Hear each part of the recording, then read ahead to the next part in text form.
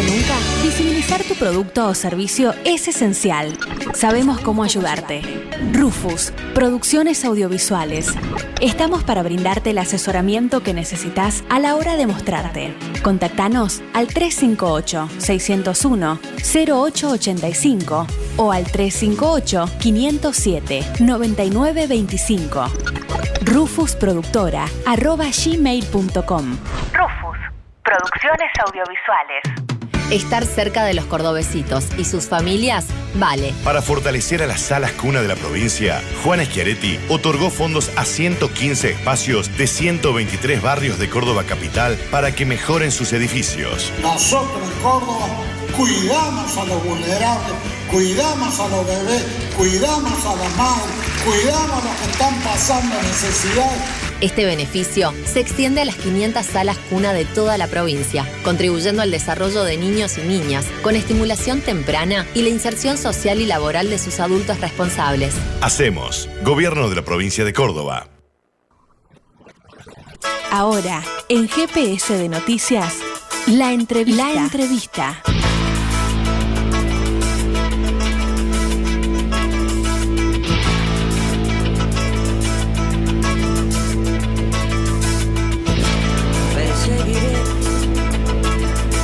GPS de Noticias. Los rastros de este afán.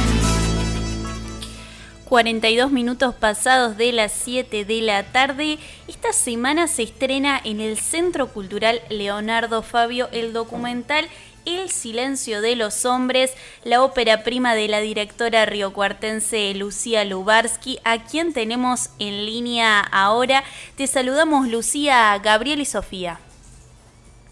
Hola chicos, ¿cómo están? Un placer, un gusto estar acá conversando con ustedes. Bueno, gracias por esperarnos, Lucía, un placer, el placer es nuestro, realmente, de poder hablar con vos. Bueno, Lucía, esta ópera prima, ¿qué pasó? ¿En qué te inspiraste? ¿Por qué hablar sobre masculinidades?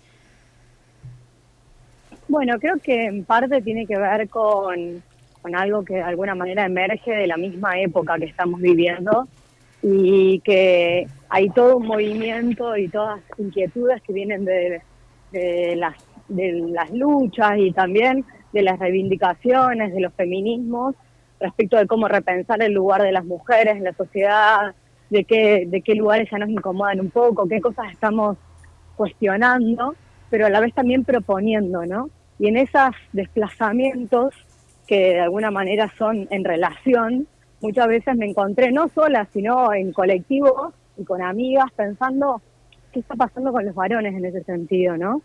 ¿Qué pasa con los lugares que ocupan? ¿Qué pasa con lo que sienten? Si hay cosas que les incomodan, cuánto de lo que les cuesta, les incomoda o les sensibiliza, pueden hablar con otros varones.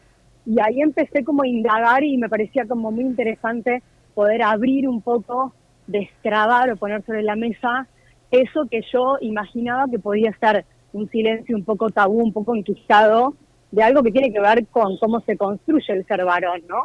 Esa cosa de sostener, de mostrar, de ser potente, ser viril, ser fuerte.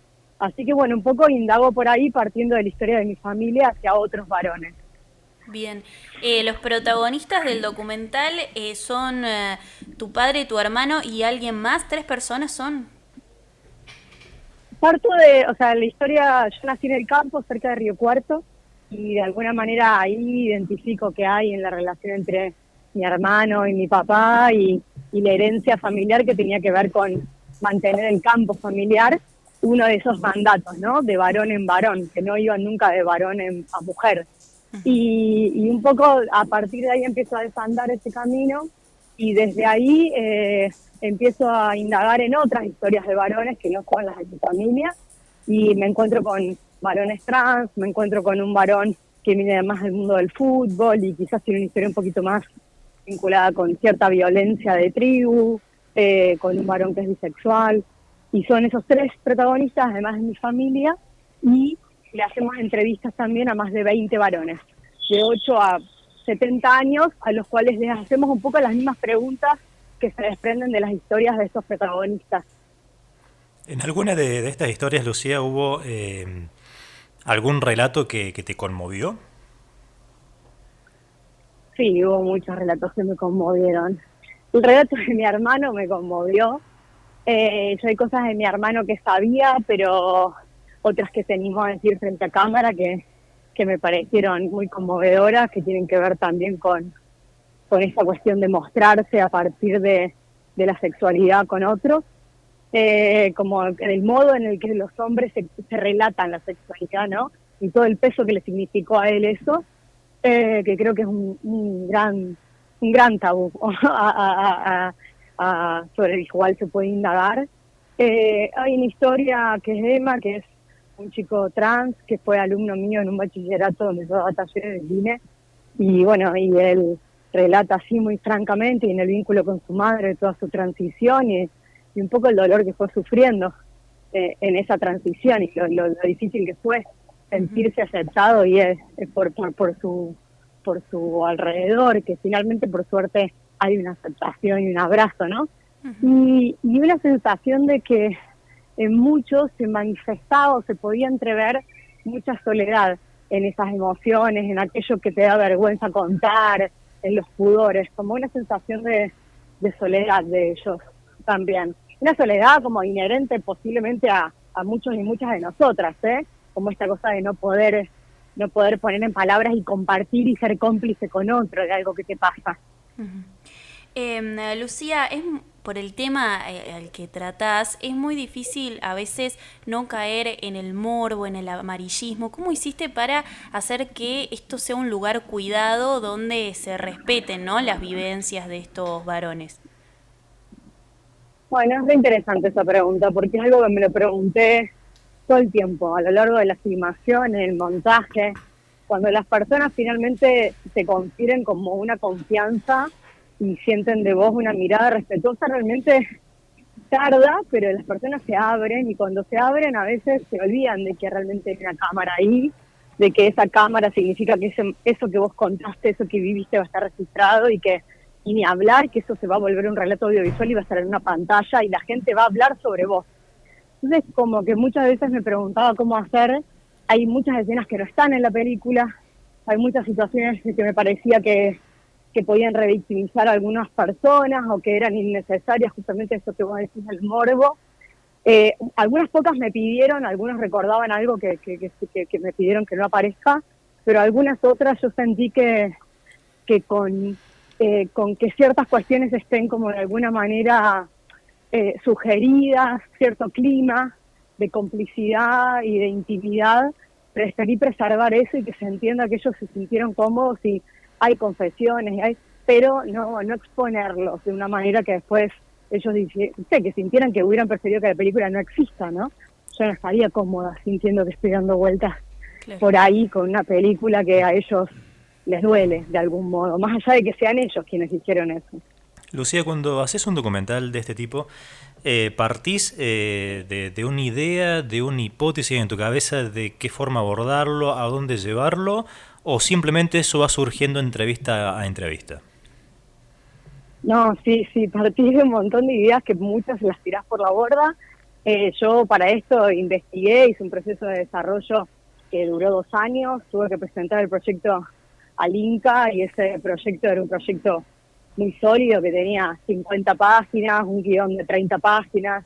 Por supuesto que todo esto que te estoy contando son hipótesis de un trabajo, porque después lo que manda en un documental es la realidad. Lo que sí vos podés imaginar es hacia dónde querés ir, cuáles son esas intenciones, y si tenés un trabajo profundo de investigación, conocés bastante el material o las personas o las escenas sobre las que querés trabajar, entonces también podés ajustar bastante ese recorrido del relato que vas a ir armando, cómo vas a ir relacionando los diálogos o las situaciones de un protagonista y otro, porque te contaron mucho de sus vidas, pero todo eso se va modificando un montón. O sea, la película, cuando yo la presenté al Inca, mi familia no existía en esa película, para que te des una idea.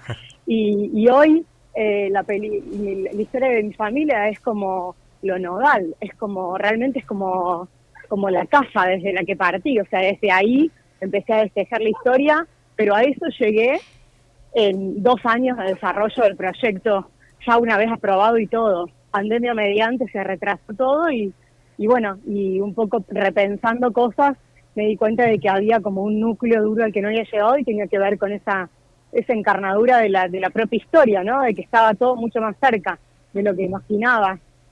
Pero sí, hay mucho de hipótesis y hay mucho de puesta como en abismo, pero hay una guía que tenés que tener y luego dejar que ciertas cosas en el camino la vayan de alguna manera agrietando, pero sí tenés que tener una guía, si no la realidad te pasa por encima. Perfecto. ¿Y tenés en mente seguir con este tema, seguir desarrollándolo en tus próximos audiovisuales? Mira, no sé, la verdad. Es como un tema que en este momento está siendo muy normal porque yo estoy acompañando mucho la película a las perfecciones y a las charlas y me estoy como empapando, me interesa muchísimo. Tengo un proyecto de documental que es con un varón, que es un cantante lírico y bailarín, o sea que hay un punto en el que hay algo de la masculinidad que sigue ahí, pero la gente cuando ve la película me dice que después se viene el silencio de las mujeres, como, sí, como la otra saga, la otra cara de la saga. Ya me lo dijeron muchas personas que no se conocen entre sí y me quedo pensando qué es lo que hará que piensen sobre eso. En realidad sobre en general los cortos o las series que yo he dirigido tienen más que ver con el universo de lo femenino. Claro. Por eso para mí esto era nada, un desafío enorme. Además muchas personas me dicen, ¿por qué vos crees, por qué se te ocurrió hablar sobre los varones? Y yo digo, no hablo yo sobre los varones.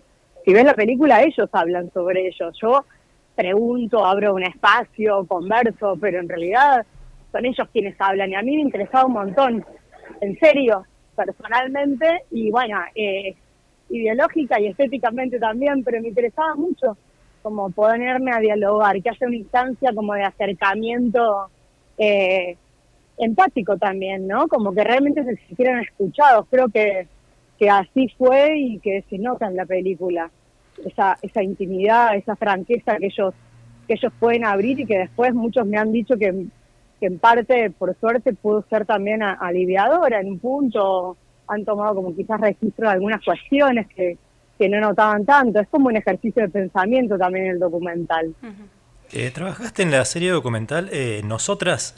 ¿Puede ser, Lucía? Además de haber trabajado también para Paca Paca.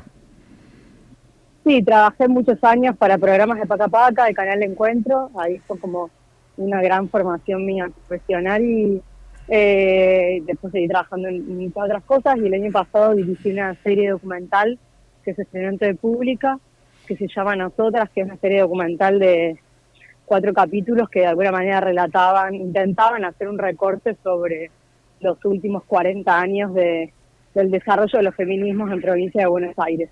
Está conducido por una periodista muy especializada en género que se llama Mariana Carvajal y fue un proyecto muy lindo. Estuvimos ahí recorriendo la provincia de Buenos Aires.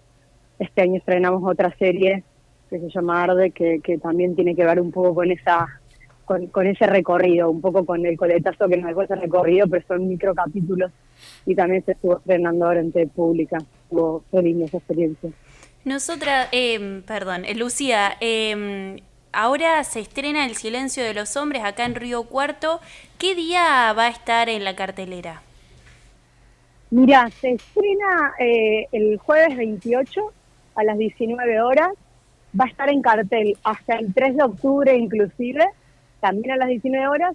Yo voy a estar en Río Cuarto presentando la película junto con mi viejo y con mi hermano el viernes 29 a las 21 horas. O sea que el viernes a las 9 de la noche vamos a estar ahí en el Fabio con una presentación especial, también introducida por Gastón Malayoli, que es el coordinador ahí del espacio del Centro Cultural Fabio.